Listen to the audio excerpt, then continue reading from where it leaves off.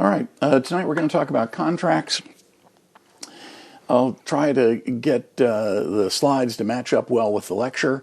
As you may remember, when I change slides, I'll rattle the pistachio nuts in the water bottle to indicate that it's time to move to the next slide. The first slide is contract. Oh, by the way, again, if you missed or forgotten, what you need to do is either use a split screen and have the slides on one half and the lecture on another, or use two devices or record one. Whatever it is that works with you.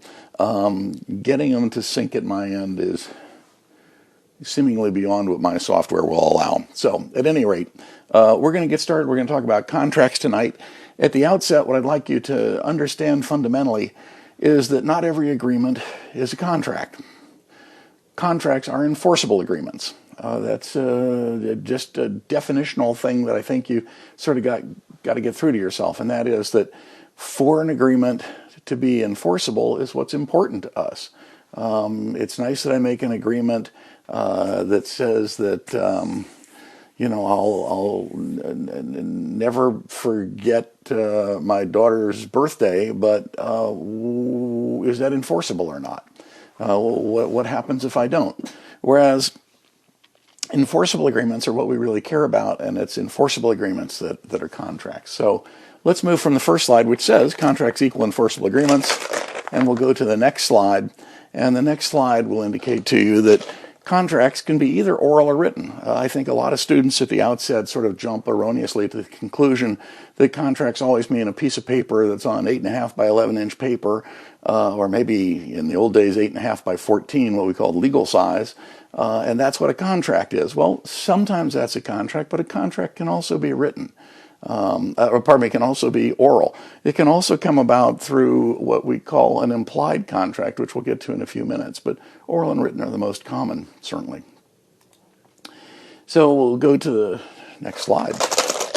When we talk about contracts, we can talk about contracts being express or implied. When we talk about express contracts, what we're talking about are contracts that can be ascertained by specific words that we use, and those specific words might be written or they might be spoken, but there are express words between two parties that indicate the existence of a contract. That's an express contract. Contracts can also be implied. An implied contract comes about when we look at the full substance of the workings between the two parties and see in it that there is an agreement. Let me give you an example of where I think express is pretty easy. So let me give you an example of what we're talking about when we talk about an implied contract. And it comes about by looking at the conduct of the parties. So suppose, if you will, that, once a week, let's back up. When I was a kid, there used to be a milkman that came to your house, and there used to be a bread man that came to the house. And suppose that we're talking about a guy that makes a regular delivery, like the bread man. And the bread man would come once a day and drop off a loaf of bread, and at the end of the month you would get a bill. I assume my parents got a bill for the bread that had been delivered. Suppose, if you will, that that my mother would leave a note on the front door that would say R for rye bread or W for white bread, and that's what would be delivered. When the bread man came, he would drop off either an R or a W. Well, suppose that I start writing down, or my mother starts writing down 2R, meaning presumably 2 loaves of rye bread. Sometimes she just puts an R, sometimes she puts 2R. And, she engages in that conduct for a while, and the bread man drops off 2 loaves of rye when it says 2R. And if it just says R, 1 loaf, and if it just says W, 1 loaf of white. And my mother pays those bills every month when they come in. Suppose this goes on for 6 months, 7 months, a year, 6 years, 7 years, doesn't matter. It goes on for some period of time with the bread being delivered that way and the bills being paid. Well, then one day, my mother gets the bill, and it says that she owes for, so much rye bread and so much white bread. And she says, well, I never ordered that. Well, of course we've eaten it. Let's not be fooled. It doesn't last long in the house. And the bread company sues us, sues the Heckman family for the bread that we've bought from, that they say we've bought from them under the contract that we had. Well, my mother says, what contract? I don't see anything in writing. And they said, well, maybe it's not in writing, but you agreed to it. Well, was there an oral contract? Well, no, there wasn't an oral contract and there wasn't a written contract. So that gets rid of express. There was no express contract. So is there something else? Is there an implied contract? And I would suggest to you that if week after week after week you put a W or a 2W or a 2R or an R on a piece of paper on a sticky note and stick it to your door, and that results in you getting a particular delivery, and you pay those deliveries time after time after time, that conduct, when considered in its totality, would suggest that there was an agreement. That there was an agreement between you and the bread company, or between the Heckman family and the bread company, that when we put 2R, that meant we were ordering 2 loaves of rye bread. So I think that that's an example of an implied contract. You might say, well, it's expressed because you wrote 2R. Well, I didn't say we'll pay, $1 per loaf times 2. It's just part of the whole package of conduct. Some of the conduct was written. Some of the conduct was potentially oral. Other conduct was simply the mechanics of writing a check when the bill came every month for the bread that was delivered. So express and implied, that's one way to divvy up contracts between 2 different types of contracts, and it's a pretty common one. And I mention it only because so many people overlook implied contracts and don't recognize how common they are. Okay, let's go to the next slide, which should say at the top, consideration. Consideration, when we talk about consideration, I think a lot of students get kind of glossy-eyed real fast. And I don't want you to do that. I want you to hang in with me when we talk about consideration. I'm going to tell you one of the sort of fundamental truths of contract law, and that is for there to be a real contract, for there to be an enforceable contract, there's supposed to be consideration that each party gives up. Now, consideration simply means something of value that you give up, that you're giving up something of value as your end of the deal. Now, it doesn't necessarily have to go directly to the other party to the contract. As an example, if I want to, I could enter into a contract that says, gee, I'll give you $500 if you fix that dent in my son's car. I just want to be a good dad and help the guy out. And somebody says, well, that's good, thank you. Well, you could argue, if we had a rule that said that each party had to give consideration to the other party, that they didn't give any consideration to me because what they did was fix my son's car, not mine. Now, I think you could also argue that that was of value to me, otherwise I wouldn't have done it. But my point is that consideration doesn't have to go directly from one party directly to the other party. What really has to happen is each party has to give up something of value. It doesn't necessarily have to go straight to the other party. It doesn't even have to eventually get to the other party. But each party has to give up something, or else the agreement or the words or the conversations do not equal an enforceable contract. Because to be enforceable, there must be consideration given up by each of the parties to the deal. So let's talk about what kind of things can be in consideration. As the slide shows, one of those things could be a promise. So one of them could be goods, one of them could be real estate, one of them could be services, and one could be forbearance. And we're going to go through each of those individually to give you kind of some examples and an idea of what we're talking about when we talk about those. So let's hit the first one, and there we go. It says consideration dash promise. So let's look at this, and I want you to just take a minute with this slide because I think it's really useful. When you're looking at contracts, I've done this for... I started looking at contracts my first year in law school. That was, one of the basic fundamental classes in law school was contracts. And I don't know if it was Professor Brickman that taught me this or where I learned it, but diagramming contracts is extremely useful and keeps you from making mistakes and sometimes lets you sort of focus on what the issues really are. This slide shows the way that I, diagram contracts. So party A is on the left side, party B is on the right side.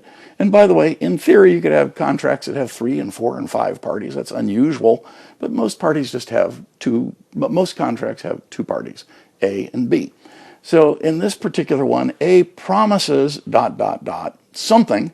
It could be anything. I promise to, give you money next week. I promise to wash your car next week. I promise to quit smoking. I promise to, learn to speak Spanish. Well, whatever the thing is that somebody wants to promise, that's the promise being made, and that's their consideration. So, with that arrow, there needs to be consideration that's flowing from A. Doesn't necessarily have to go to B, but it's got to flow from A. There's got to be consideration. And what's B looking for? What's B looking to do? B, flowing from B, is 1 bundle of wheat. Now, originally when I did this, I thought 1 bushel of wheat, but the pictures of a bushel of wheat just didn't look as good as a bundle of wheat. So we're going to, if I misspeak and say bushel, I'm sorry, but it's a handsome bundle of wheat there. So in this instance, what is the consideration that A is giving? Some kind of promise.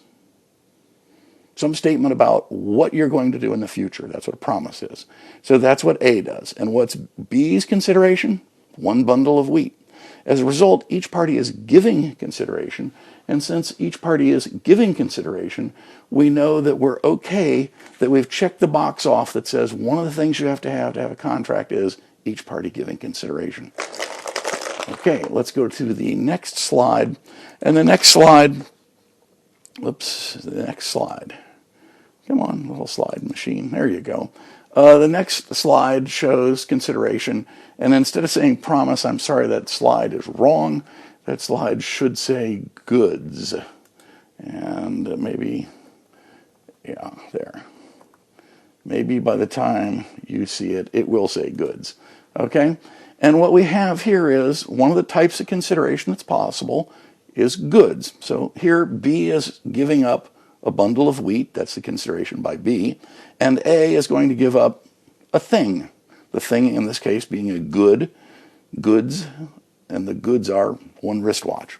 So in this particular little diagram of A and B with the wristwatch and the bundle of wheat, each party is giving up goods. So that's a pretty common sort of contract. I'll give you this thing in exchange for which you give me that thing. All right, let's jump down to the next one. And the next one is services.